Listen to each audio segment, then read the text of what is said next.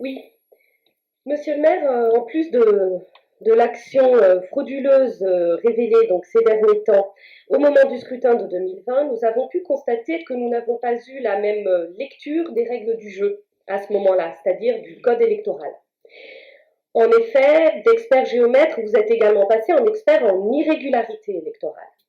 Ce sont des méthodes politiques qui questionnent, comme l'a dit Stéphane, sur votre éthique en politique. Il n'y a pas de gros mots. Hein. Et jette le doute sur votre intégrité lors de la dernière campagne. Or, nous pensons que vous avez manqué au devoir de probité attendu de la part de responsables politiques locaux. C'est ce qu'a commencé, c'est ce qu'a voulu dire Stéphane. Cela s'est traduit, ces irrégularités, par le rejet de vos comptes de campagne, par le juge de l'élection, avec une décision en date de novembre 2020. Le rejet des comptes de campagne signifie donc bien que vos comptes étaient irréguliers et que cela aurait dû donner lieu à une contestation électorale entraînant l'annulation de l'élection. Les irrégularités sont les suivantes. Il y en a une seule qui a été le motif du rejet. Mais les autres irrégularités méritent d'être citées. Toujours par rapport à cette décision de novembre 2020 de la Commission nationale des comptes de campagne. Il y a eu usage des moyens de la collectivité, grand classique, pour faire campagne. Mais juste me permettre d'intervenir. Comme c'était en dehors des horaires de travail. Et tout ce que vous citez là, c'est non retenu. Hein. Oui, c'est ce que je dis, ce n'est pas le motif de rejet, mais c'est une honnêteté, c'est un courrier qu'on a reçu.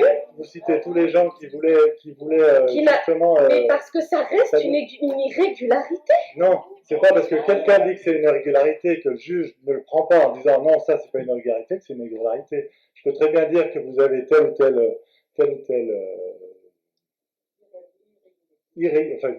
tel défaut.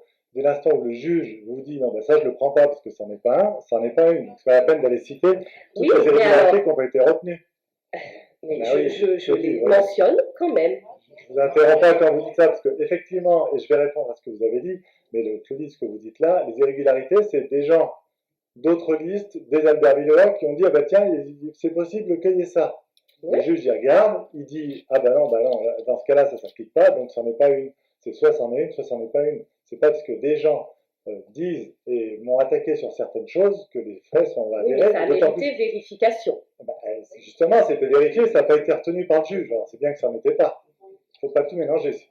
Je veux bien entendre ce que vous avez dit. Je veux bien que vous me reprochiez le fait de ne pas avoir répondu, mais je vais vous répondre par rapport à ça. Mais après, je ne voudrais quand même pas, Claudie, que vous insinuiez qu'il y ait toutes ces irrégularités et que le juge ne les ait pas tranchées. C'est ce que vous voulez dire. Non, mais c'est présent dans le courrier de la chambre de la commission nationale des comptes de campagne. Je l'ai dit que ça n'était pas retenu, mais ce sont des faits qui ont été relatés et qui peuvent avoir au départ émis un doute. Bon. Le cœur du problème, il n'est pas là. Le motif de rejet, on est d'accord. C'est bien le versement d'une subvention à vos comptes de campagne émanant d'une association, personne morale, qui n'était pas ni parti politique, ni association de financement, qui n'avait pas désigné de mandataire financier, et qui vous a versé donc 2 500 €, et qui, comme toute personne morale, en dehors des partis politiques et des associations de financement, ne pouvait pas vous verser ça. Cette association Debout Albertville, qui est quand même en place depuis les municipales de 2014, qui était à l'origine de votre liste, la liste dont vous avez fait partie, en 2014. Comment ignorer le droit électoral quand l'article L52 du Code électoral est connu de tous? Voilà, c'est la question que l'on se pose.